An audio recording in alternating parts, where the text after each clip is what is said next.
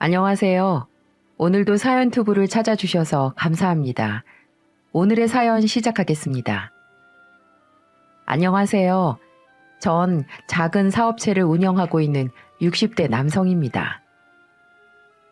제가 이렇게 여러분들에게 글을 드리는 이유는 바로 제 딸아이 때문인데요. 혹시 딸애가 속을 썩이냐고요? 아니요. 속을 썩이기는커녕 심청이 못지않은 효녀입니다.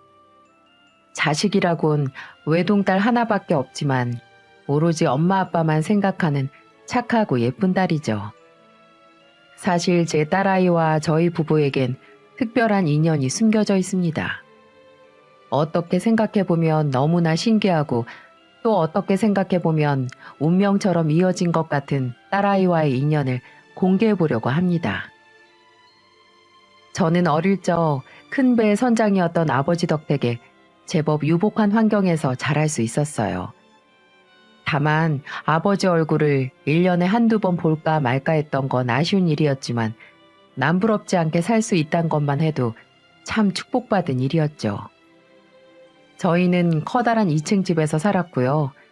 그 당시 집에 비싼 가전제품이 있을 정도로 부자였어요. 전 그런 집의 막둥이로 태어나 12살 차이가 나는 누나와 유년기를 보냈습니다. 누나와는 나이 차이가 꽤 많이 났기 때문에 거의 엄마와 다름없는 존재였죠. 가끔 그 당시를 떠올려 보면 피아노 앞에 앉아 동요를 연주하던 누나의 모습이 제일 먼저 아른거린답니다. 하지만 그런 넉넉한 삶은 그리 길지 못했습니다. 그건 타국에서 돌아가신 아버지 때문인데요. 화물선을 운항한 아버지는 바다 한가운데서 원인 모를 질병으로 갑작스럽게 생을 마치고 말았습니다. 당시 저는 너무 어렸기 때문에 기억이 잘 나질 않네요.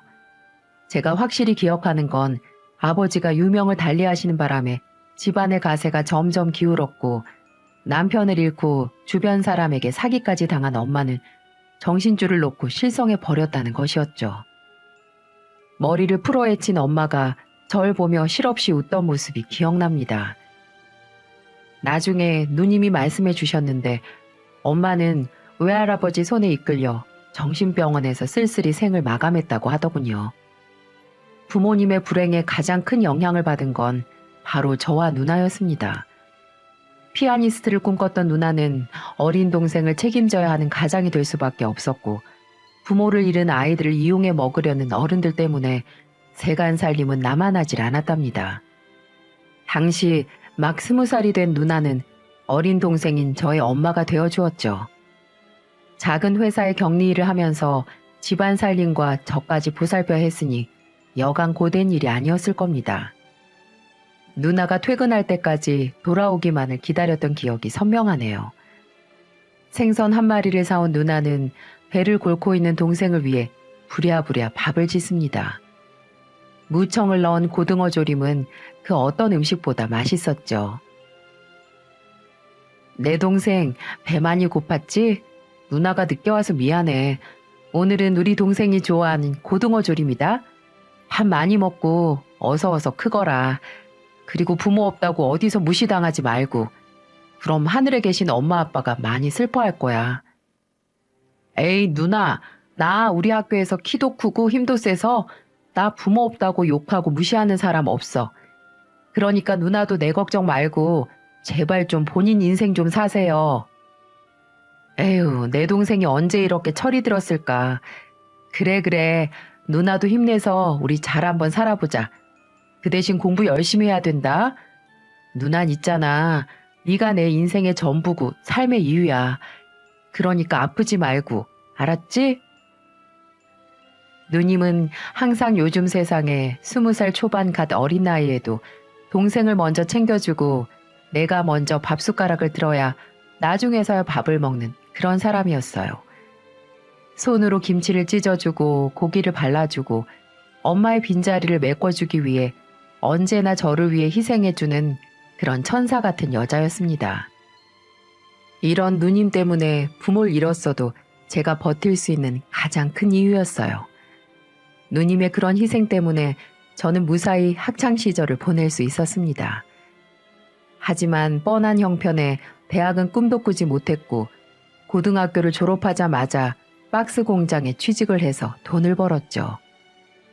취직한 공장은 숙식이 제공되는 곳이어서 전 본의 아니게 누님과 따로 지내게 되었습니다. 난생 처음으로 누나와 떨어지는 경험은 그다지 유쾌하진 않았어요.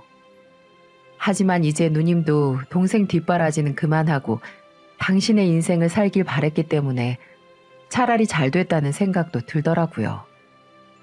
그렇게 이별을 한 우리 오누이는 그래도 한 달에 2~3번씩 꼭 만나면서 사는 이야기도 듣고 서로를 챙기며 살아가고 있었습니다. 누나, 공장장님이 내 손이 야무지다면서 다음 달에는 작업 반장도 해보라는데? 그러니까 누나 내 걱정 말고 좋은 남자나 찾아봐. 나도 매형 하나쯤은 있어야 할 거 아니야. 에휴, 누나는 너 장가 가는 거 먼저 보고 싶은데 주변에 괜찮은 여자 없어? 아유, 무슨 결혼이야. 난 내 꿈이 어서 돈 모아서 누나 좋은 집 사주고 행복한 가정 꾸리고 사는 게 내 유일한 목표야. 그러니까 빨리 제발 좀 남자 좀 데리고 오세요. 이게 또 까분다. 그런 거 신경 쓰지 말고 넌 착실히 돈이나 모아서 네 결혼 생각이나 해. 누나는 너 잘 사는 모습만 봐도 배가 부르니까. 아이고 참. 난 누나가 노처녀로 늙을까 봐 걱정인데 누나는 엉뚱한 소리만 하고 앉아있네. 누나 손으로 절 키우다시피 해서인지 누나는 절 참 애틋하게 생각했습니다. 저도 그런 누님이 너무 좋았고요. 우리 오누이는 그렇게 서로를 의지하면서 팍팍한 인생을 견뎌가고 있었죠. 그러던 어느 날 제게 아주 기쁜 소식이 들려왔습니다. 누나에게 결혼할 남자가 생겼다는 소식이었죠. 누나는 제일 먼저 제게 말해주고 싶었다면서 예비 매형을 소개시켜 주더군요. 서글서글하고 호남형으로 잘생긴 매형은 제가 봐도 훌륭한 남편감이었어요. 네가 주혁이구나. 경실이가 끔찍이 아끼는 동생이 누군가 했는데 이제야 만나게 됐네. 반갑다. 네, 안녕하세요. 그래, 네 누나랑은 소개로 만나게 됐는데 너무 심성이 고와서 내가 그만 한눈에 반했지 뭐니? 내가 네 누나 꽁무니를 얼마나 따라다녔는지 넌 모를 거야. 머리를 끄적이며 얼굴을 붉히는 매형은 나이는 좀 많았지만 참 괜찮아 보였습니다. 더구나 매형은 큰 운수회사의 임원을 맡고 있다고 하더군요. 매형의 아버지가 회사의 사장님이었고 장남인 매형이 회사를 물려받기 위해 경영 수업을 하고 있었던 것이었죠. 동생 입장에선 누나의 신랑감으로 더할 나위 없이 좋았습니다. 고생만 하던 누나가 부잣집에 시집을 가서 남부러울 것 없이 살 수 있는데 당연히 반대할 이유가 없었죠. 난 누나의 결혼을 누구보다도 환영했습니다. 누나, 매형 진짜 좋으신 분 같아. 정말 잘됐다. 누나에게 이런 남편이 생길 줄 누가 알았겠어. 진짜 축하해. 주혁아, 누나 정말 결혼해도 괜찮을까?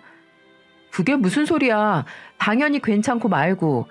누나 같은 사람이야말로 이런 복을 누릴 자격이 있지.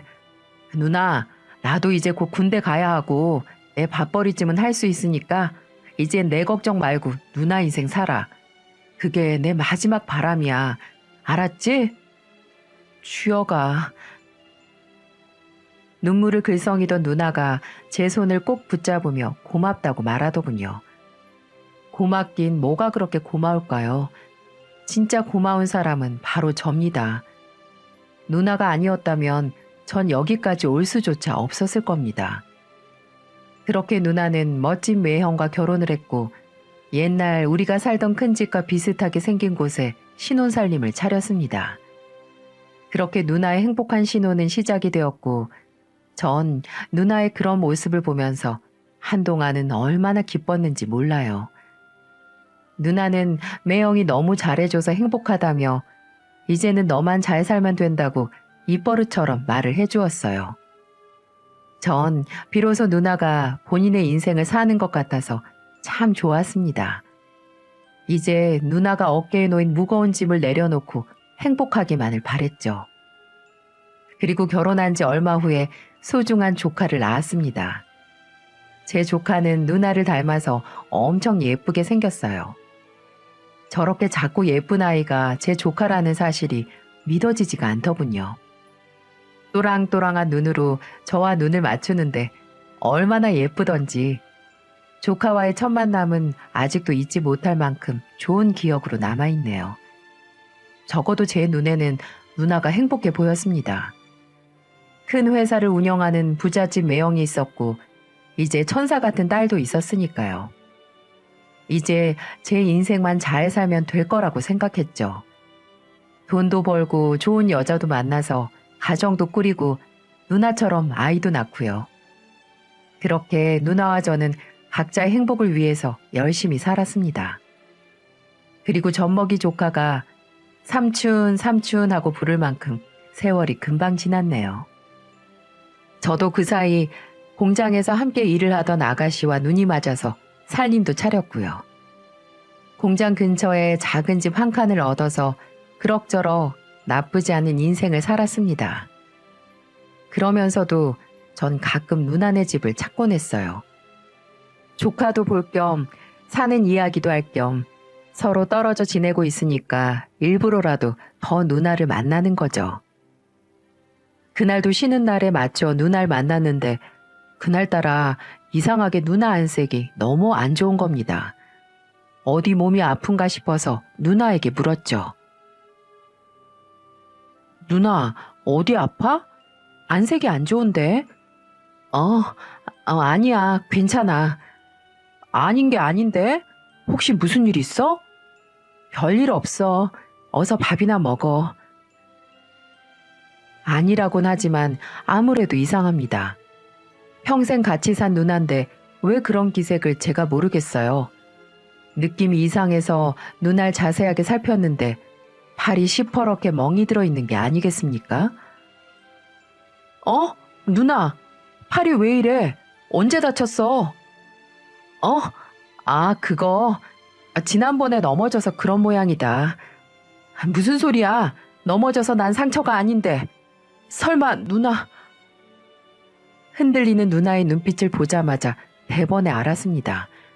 멍이 든 팔은 넘어진 게 아니라 누구에게 맞은 흔적이었고 당황하는 누나의 태도를 봐선 주먹을 휘두른 사람은 매형이라는 것을 쉽게 알 수 있었어요.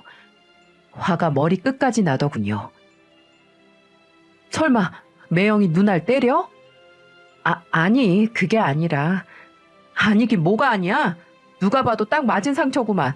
언제부터 그랬어? 언제부터 매형이 누나를 때렸냐고? 주여가 목소리 좀 낮춰. 소은이 놀래. 알았으니까 제대로 말해봐. 뭐가 어떻게 된 건데? 하는 수 없이 털어놓은 누나의 고백은 정말 충격적이었어요. 그렇게 자상하던 매형이 변하기 시작한 건 작년부터였대요. 어느 날부턴가 따뜻하던 사람이 차갑게 돌변을 했고 아이를 보는 눈빛도 냉정하기 그지 없었다는 것이었죠. 뭔가 이상한 낌새를 눈치챈 누나는 매형이 바람을 피운다는 사실을 알게 되었고 이 때문에 부부싸움이 시작됐다는 겁니다. 그럴 때마다 매형은 누나에게 손찌검을 했다더군요. 누나는 이런 이야기를 아무에게도 하지 못했고 혼자 끙끙 소가리를 하면서 아이 때문에 참아왔다는 겁니다. 피가 거꾸로 솟는 것 같은 기분이었어요. 제겐 부모와 다름없는 누나였거든요. 그런 누나에게 누군가 폭력을 휘두르고 있다는 사실에 제 가슴이 무너져 버리는 것 같더군요. 진작 나한테 말을 했어야지. 왜 멍청이처럼 가만히 맞고 있었어? 이런 걸 너한테 말해서 뭐해. 그저 너희 매형이 제자리로 돌아오길 바라는 수밖에 없지. 마누라 자식 새끼 내버려두고 다른 여자 만나는 사람이 돌아오기 뭘 돌아와. 못하러 이러면서 살아. 그냥 매형이랑 갈라져서 따로 살면 되잖아. 내가 왜 그런 생각을 하지 않았겠어. 하지만 어떻게 나만 생각하니. 우리 소은이 아빠 없는 애로 키울 순 없잖아.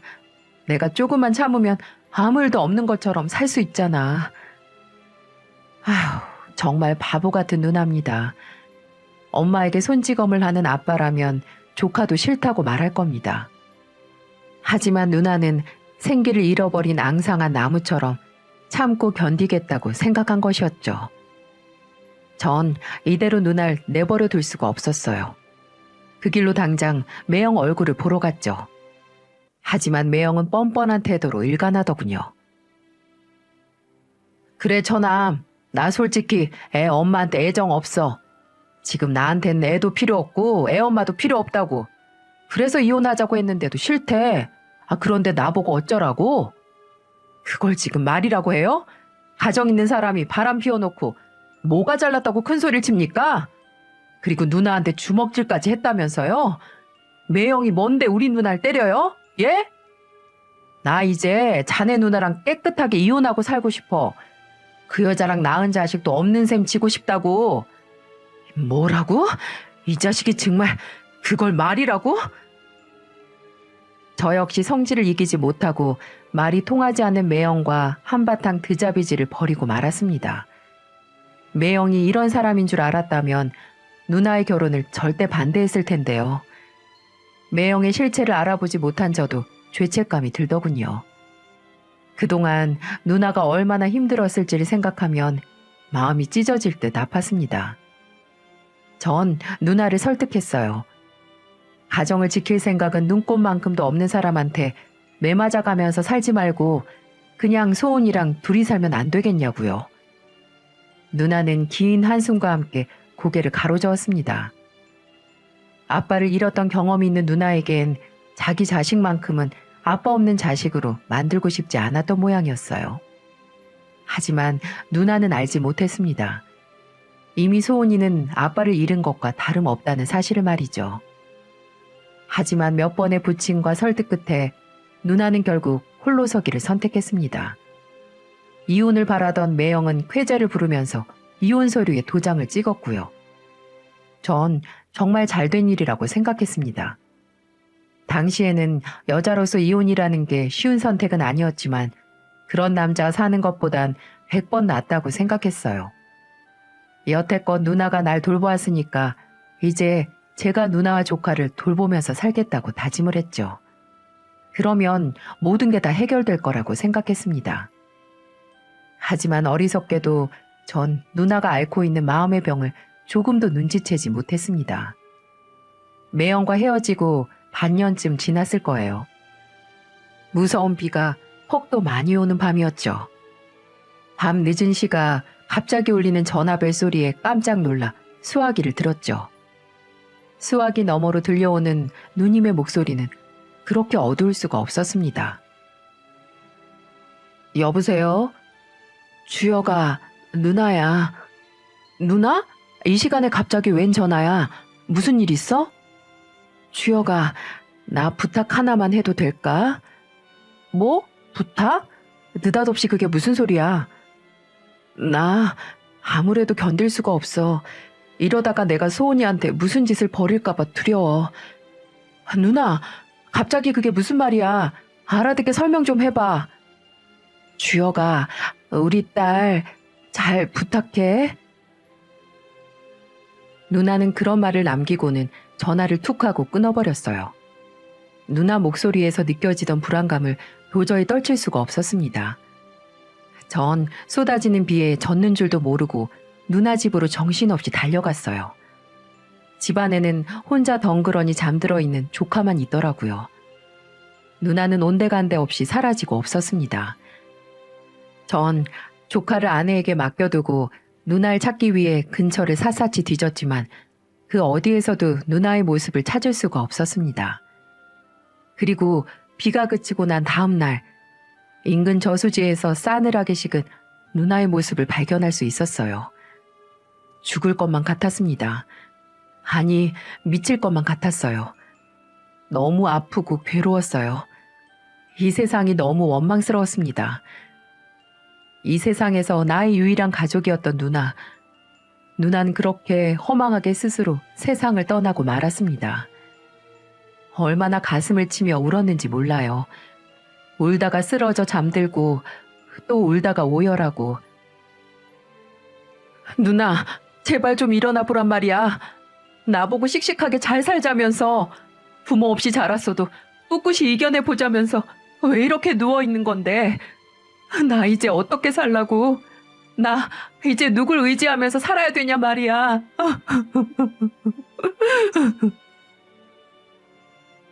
누나의 차디찬 몸을 얼싸안으며 저도 따라 죽고만 싶었습니다. 비록 아내가 제 곁에 있었지만 미안하지만 제 누나와는 비교가 안 되거든요. 그만큼 제게 너무 소중하고 제 심장과도 같은 사람이었어요. 결국 누님의 목소리에서 느꼈던 그 불안한 예감이 현실이 되고 만 것이었죠. 경찰의 조사를 통해 누나는 스스로 생을 마감한 것으로 결론이 내려졌고 누나의 집에선 우울증 약과 함께 그간 괴로웠던 누나의 흔적들이 나왔습니다. 매형의 외도에서 시작된 누나의 불안 증세는 날이 갈수록 심해졌고 이혼 후에도 그 증세가 더욱 악화된 겁니다. 그리고 결국 돌이킬 수 없는 선택을 하고 만 것이고요. 정말 기가 막힌 일이었습니다. 누나가 그렇게 아픈 줄도 모르고 모든 게 잘 될 거라고만 믿었던 제가 원망스러웠어요. 누나의 장례를 치르면서도 이제 혼자 남은 조카를 어떻게 해야 하나 고민이 깊었죠. 그렇다고 자식을 없는 셈 치고 싶다던 매형에게 보낼 수도 없었고요. 전 텅 빈 빈소에서 아내와 함께 긴 이야기를 나누었습니다. 제 진심을 솔직하게 털어놓았어요. 이제 혼자 남은 조카를 입양해서 키우고 싶다고 말했죠. 아내의 고민은 길지 않았습니다. 자신도 그래야 한다고 생각한다며 친딸처럼 키우자고 하더군요. 그리고 조카를 입양하는 대신 아이를 갖지 말자고도 했습니다. 혹여나 자신의 사랑이 한 곳으로 쏠릴까봐 두렵다는 것이었습니다. 여보, 누나의 마지막 유언, 소은이 우리가 키워야 될 것 같아. 당신이 허락해준다면 평생 나 당신한테 잘하고 살게. 그러니 제발 내 뜻에 따라주면 안 될까? 우리 누나 나 키우려고 입을 것도 못 입고 먹고 싶은 거 못 먹으면서 나 키워준 사람이야. 지금도 누나만 생각하면 이렇게 가슴이 메어오는데 누나 마지막 유언까지 내가 지켜주지 못한다면 나 이 세상 살아갈 자신이 없어. 여보, 부탁이야. 전 이렇게 말하며 아내에게 간절히 부탁을 했습니다. 그런 아내는 말없이 저를 안아주며 같은 마음으로 저를 다독여주더군요. 여보, 당신한테 누나가 얼마나 소중한 존재인지 내가 왜 모르겠어. 나한테도 그렇게 잘해줬는걸. 그리고 부탁은 무슨 부탁이야. 내가 키우는 게 당연한 거지. 절대 그 집구석 보내지 말고 우리가 키우자. 내 한 몸 바쳐 잘 한번 키워볼게. 전 그렇게 말해주는 아내가 무척 고마웠습니다. 그리고 얼마 뒤 우리 부부는 정식으로 조카를 입양했어요. 친부의 동의가 필수였지만 개차반 같은 그 자식은 오히려 반색하며 흔쾌히 동의서를 건네더군요. 그렇게 조카는 정식으로 저희 부부의 아이가 되었습니다. 눈에 넣어도 아프지 않을 만큼 예뻐했던 조카였지만 막상 진짜 부녀 사이가 된다고 하니까 마음이 참 이상하더군요. 하지만 전 누구보다도 귀하게 여기면서 이 아이를 키우겠다고 다짐했어요. 아내 역시 제 마음과 크게 다르지 않았고요. 우리 부부는 조카를 친딸로 삼고 최선을 다했습니다. 누가 그러더라고요. 아이를 보고 있다가 잠깐 고개를 돌리면 그 사이에 더 커져 있다고요. 그만큼 애들은 금방 큰다는 말이겠죠. 4살 때 입양을 한 조카는 어느 순간 초등학교를 다니고 있었고 또 중학교를 가야 한다며 교복을 맞추더군요. 음악을 좋아해서 피아노나 바이올린에 푹 빠져 살았고요. 대학도 피아노를 전공하며 훌륭한 음악가가 되기 위해 차근차근 공부를 했습니다. 아이 키우는 재미에 세월 가는 줄도 몰랐습니다. 다행히 아이는 우리 부부를 엄마 아빠로 여기며 착하고 건강하게 자라주었죠. 물론 아이도 자신이 삼촌한테 입양된 걸 잘 알고 있어요. 그걸 알면서도 전혀 스스럼 없이 우리 부부를 친부모처럼 대했습니다. 전 아이가 친엄마에 관해 묻는다면 숨기지 않고 모두 말해주려고 했습니다. 비록 고통을 이기지 못하고 하지 말아야 할 선택을 했지만 전 누님이 정말 좋은 사람이라는 걸 잘 알고 있었기 때문이죠. 하지만 아이는 좀처럼 친엄마에 대한 질문을 하지 않더군요. 너무 어릴 적이긴 하지만 아이에게도 친엄마에 대한 기억이 희미하게나마 남아있을 텐데요. 궁금증을 참지 못한 전 어느 날 딸아이에게 질문을 던졌습니다. 소은아, 아빠가 뭐 하나만 물어봐도 돼? 물어봐. 전부터 궁금한 거였는데 너 혹시 친엄마에 대해서 궁금하지 않아? 궁금해. 궁금해?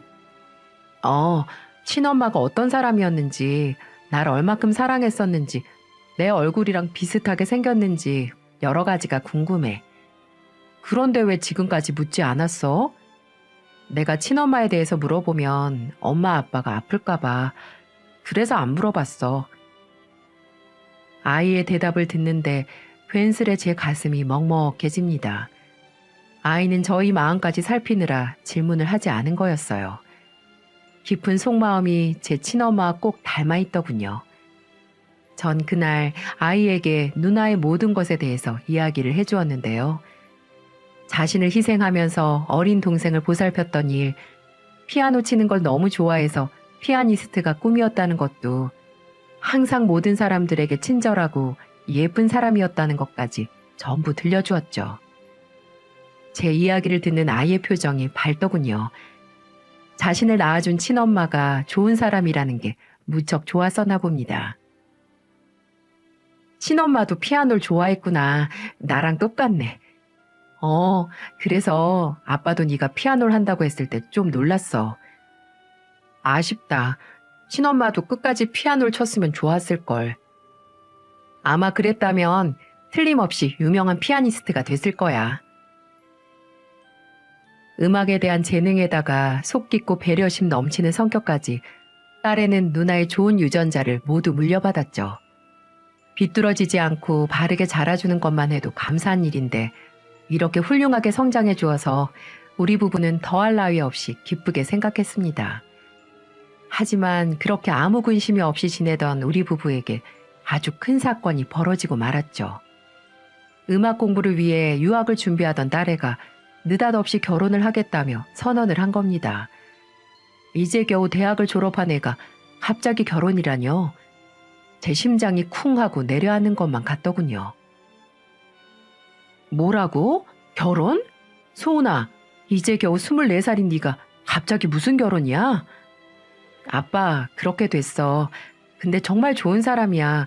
그러니까 아빠가 한번 만나줘. 너 유학 간다며. 아빠가 유학 보내주기로 했잖아. 그럼 음악 공부는 다 포기할 거야? 그건 결혼하고도 다시 시작할 수 있는 거잖아. 그리고 아빠, 솔직히 나 그런 거 다 포기할 수 있을 만큼 그 사람을 사랑해. 정말 기가 막혔습니다. 뭐에 홀린 사람처럼 막무가내인 딸을 보고 있자니 숨이 턱턱 막히더군요. 하지만 대체 어떤 놈인지 궁금해졌어요. 저는 딸 성화에 못 이기는 척 그놈을 만나보기로 했죠. 안녕하세요. 소은이랑 만나고 있는 박석태라고 합니다. 그래, 반갑네. 솔직히 속으로는 하나도 반갑지 않았지만 일단은 어떤 놈인지 알아야 했습니다. 대체 어떻게 우리 착한 소은이를 홀렸는지, 막돼 먹은 놈은 아닌지 꼼꼼히 살펴야 했습니다. 하지만 이야기를 나누면 나눠볼수록 반듯하고 생각도 똑바른 청년이더군요. 얼굴도 잘생긴 데다가 의대를 다니고 있다고 하니 바꿈길 일은 없어 보였어요. 말 그대로 우리 딸애와 딱 어울리는 그런 남자였죠. 하지만 마음에 들지 않은 점이 딱 한 가지 있다면 그 녀석의 아버지가 지역 중견 건설업체 사장이라는 점이었어요. 웬만하면 평범한 가정이길 바랬건만 의대를 다니는 것도 모자라 방귀 좀 끼는 집안의 자제인 겁니다. 다 그런 건 아니겠지만 넘치는 환경에서 자란 놈들은 꼭 금세 변심을 하고 말거든요.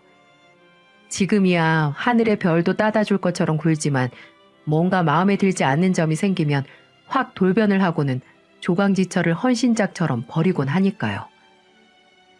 누나와 결혼한 그놈도 딱 그랬습니다. 그 자식도 온갖 가머니설로 누나를 꼬드겼죠. 하지만 그 결혼은 누나에겐 불행의 시작과 다름없었습니다. 다시는 그런 실수를 하고 싶지 않았어요. 두 사람이 가깝게 지내면서 사귀어 보는 것까진 괜찮아. 하지만 아무래도 결혼은 아닌 것 같다. 결혼이라는 건 신중하고 또 신중해야 하는 거야. 난 너희 두 사람이 좀 더 시간을 두고 차분하게 만나보는 게 더 좋을 것 같구나. 아빠, 하지만 우린 하루라도 빨리 결혼하고 싶어. 소은아, 왜 이렇게 서두르는 거야? 아직 이 친구도 공부를 해야 하는 학생이고 넌 외국에서 공부를 더 해야 하잖아. 갑자기 무조건 결혼을 하겠다는 딸이 수상했어요. 그런데 문득 이상한 예감이 머리를 스치고 지나가더군요. 너희들 설마 그런 거니? 올 것이 왔다는 듯 두 사람의 표정이 가관입니다. 전 입을 다물지 못했습니다. 아무래도 두 사람 사이에 아이가 생긴 모양이었어요. 미안해, 아빠.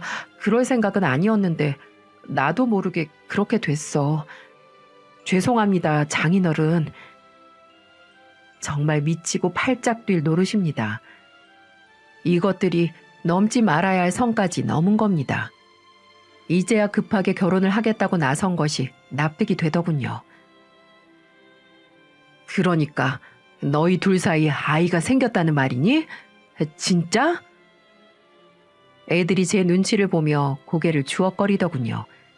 속이 부글부글 끓고 화가 치밀었어요. 당장 짐 싸서 나가버리라고 호통을 치고 싶었지만 그런다고 달라질 건 아무것도 없었어요. 아이까지 생긴 애들을 떼어놓을 수도 없었으니까요. 밤새도록 잠이 오질 않더군요. 아내도 어쩔 수 없는 일이라며 절 달래주었지만 딸애한테 느낀 배신감에 허탈한 마음까지 들더군요. 하지만 아내 말대로 어쩔 수 없이 이미 벌어진 일입니다. 그저 애들을 빨리 결혼시키고 출산을 준비할 수밖에요. 우린 그렇게 두 사람의 결혼을 허락했고 전 하루아침에 할아버지가 되고 말았죠.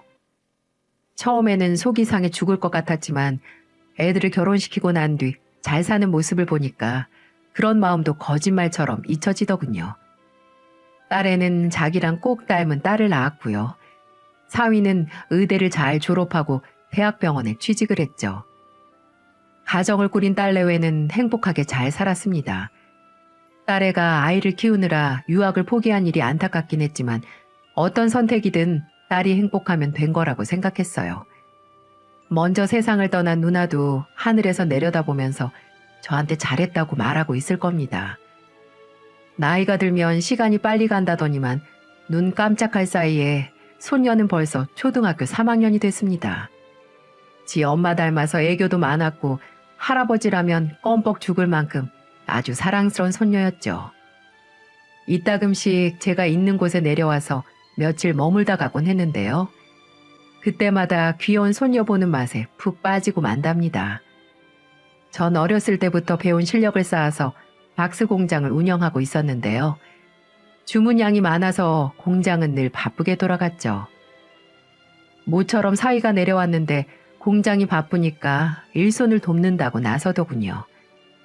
이제 의사가 된 사위가 먼지를 뒤집어쓰며 열심히 일을 하는 모습을 보니까 괜스레 미안해지더군요. 저는 사위에게 믹스커피 한 잔을 내밀면서 이렇게 말했습니다. 많이 힘들지? 아니에요, 아버님. 이 정도쯤은 별거 아닙니다. 사실 자네한테 많이 미안했어. 네? 뭐가요? 우리 소은이랑 결혼한다고 했을 때 내가 썽을 많이 냈지? 그게 늘 마음에 걸려. 이렇게 잘 살 줄 알았다면 좋은 마음으로 축복해 줄 걸 그랬어. 아닙니다, 아버님. 저라도 그랬을 거예요. 애부터 덜컥 가졌는데 그걸 좋아할 부모가 어디 있겠어요. 그래서 제가 더 죄송합니다. 그것 때문에라도 소은이랑 더 잘 살려고 노력 많이 했습니다. 그렇게 말해주니 고맙네. 난 두 사람이 별탈 없이 행복하게 잘 살기만 하면 돼. 다른 건 바라는 거 아무것도 없어. 무슨 말인지 알지?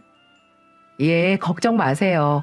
지금처럼 애 엄마 아끼면서 잘 살겠습니다. 그래, 일 마치고 요 앞에 사우나나 다녀오는 게 어떤가? 네, 좋습니다. 사위한테 그런 말을 들으니까 새삼 지난 일들이 주마등처럼 스치더군요. 누나가 남긴 조카를 친딸로 여기며 살았습니다. 그 아이가 자라서 좋은 남자를 만나 가정을 꾸렸고요. 어여쁜 딸까지 낳아서는 알콩달콩 잘 살고 있습니다. 이만하면 더 이상 바랄 것이 없었어요. 이렇게 사위랑 함께 목욕을 할 수 있다는 것도 얼마나 기분 좋은 일입니까? 사위랑 따뜻한 온탕에 앉아 두런두런 이야기를 나누고 있는데 사위가 제 겨드랑이를 유심히 보면서 이러더군요. 아버님, 겨드랑이에 난 그거요. 언제부터 그러셨어요? 이거? 글쎄 한 2년쯤 됐나? 언제부턴가 뭔가 멍울이 생기더니 이렇게 커지더라고. 아, 2년 전쯤이요? 왜? 이런 건 아무것도 아니지 않아? 기껏해야 종기나 쥐적 같은 거 아닌가? 네, 피부 낭종 같긴 한데 색깔이 좀 좋지 않아 보여서요.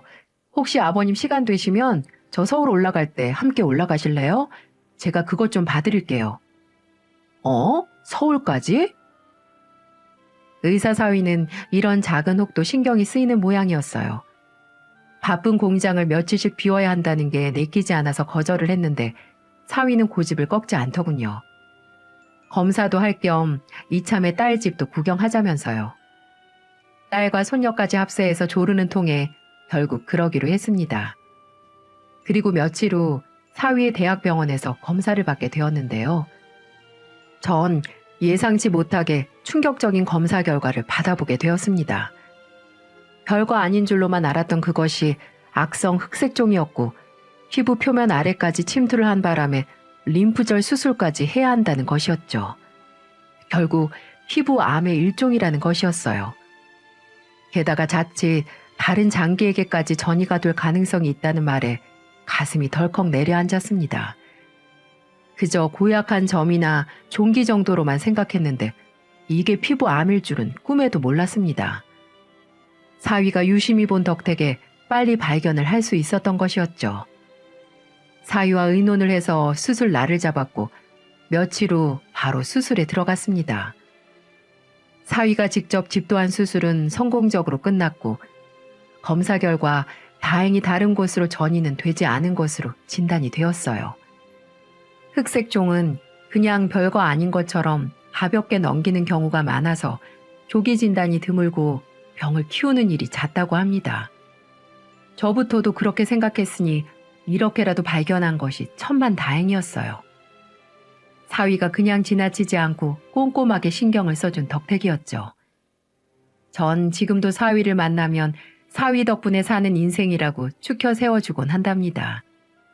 그때마다 얼굴을 붉히는 사위지만 전 진심으로 사위에게 고마움을 느끼고 있죠. 처음에는 사위를 색안경 끼며 누나와 같은 전철을 밟지 않을까 평생 의심하고 살았지만 역시 제가 아직은 이렇게 오래 살았어도 사람 보는 눈은 더 넓혀야 될 것 같다는 생각이 드는 요즘이네요. 어제도 제게 전화 와서는 장인어른, 우리 다음 달에 가족 여행 가는 거 어떠세요? 제주도 가서 우리 사진도 많이 찍고 추억도 쌓고 오고 싶은데 장인어른 생각은 어떠세요? 집사람이 그렇게 아버님이 보고 싶다고 성화가 아니네요. 우리 딸도 마찬가지고요. 내가 이 집 두 여자 때문에 아버님 생각을 한시라도 안 할 수가 없습니다. 이렇게 말을 하며 가족 여행까지 추진한 정말 듬직한 사위죠. 저 정말 복 받은 거 맞죠? 아, 그리고 우리 딸이 저번 달 제 생일에 장문의 편지를 손수 써서 줬어요. 그 편지를 받고 얼마나 울었는지 모릅니다. 난생 처음 받아본 편지를 우리 딸에게 받아보니 남달랐고요. 아빠, 아니 우리 사랑하는 아버지 생신 축하드립니다. 언제나 절 위해서 희생해 주시면서 지금까지 살아주신 거 누구보다 잘 알아요. 저 딸 키워보니까 자식 키우는 게 얼마나 힘든 건지도 잘 알고 있고요. 지금까지 아버지가 저를 위해 희생해 주셨으니까 이제는 제가 아버지를 위해 희생할 차례예요. 그러니 언제든지 필요한 거라든지 고민이라든지 있으시면 말씀해 주세요. 고아나 다름없는 저를 키워주신 아버지 사랑합니다. 또 고맙습니다. 평생 그 은혜 잊지 않겠습니다. 이렇게 손수 써준 저의 사랑스러운 딸. 이 편지를 보고 이런 생각이 들더라고요. 하늘에 계신 누님이 이런 우리 모습을 보면 얼마나 기뻐하실까, 얼마나 뿌듯해 하실까 하고 말이죠. 그래서 저는 이제 죽어도 여한이 없습니다. 요즘 너무 행복해서 일할 때마다 콧노래를 부르고 있답니다. 제 딸은 지금은 피아노 강사로 일하고 있습니다. 비록 꿈은 포기했지만 자기가 하고 싶은 일을 하며 살아가는 모습이 너무 아름다워 보이네요. 너무 기특하기도 하고요. 이제야 비로소 저희 가족이 완성된 기분이 듭니다. 이것 자체가 기적이 아니고 무엇이겠습니까? 자, 여러분, 제 사연은 여기까지입니다. 요즘 그 옛날 저희 누님이 해주던 생선조림이 생각나네요. 누님의 손길로 자란 제가 머리가 하얗게 센 할아버지가 되었네요.